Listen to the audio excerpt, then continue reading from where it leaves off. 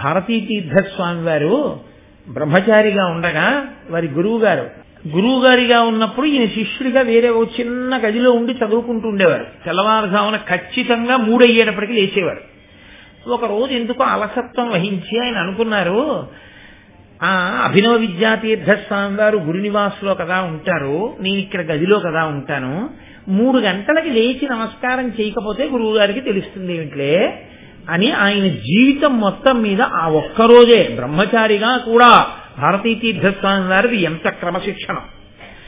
ఒక్కరోజు ఆయన ఆలస్యంగా లేస్తూనే నేల మీద పడి నమస్కారం చేశారు, గురువు గారు నించున్నారు అన్న భావనతో లేచి ఇలా పైకి లేచారు, గురువు గారు నించునున్నారు.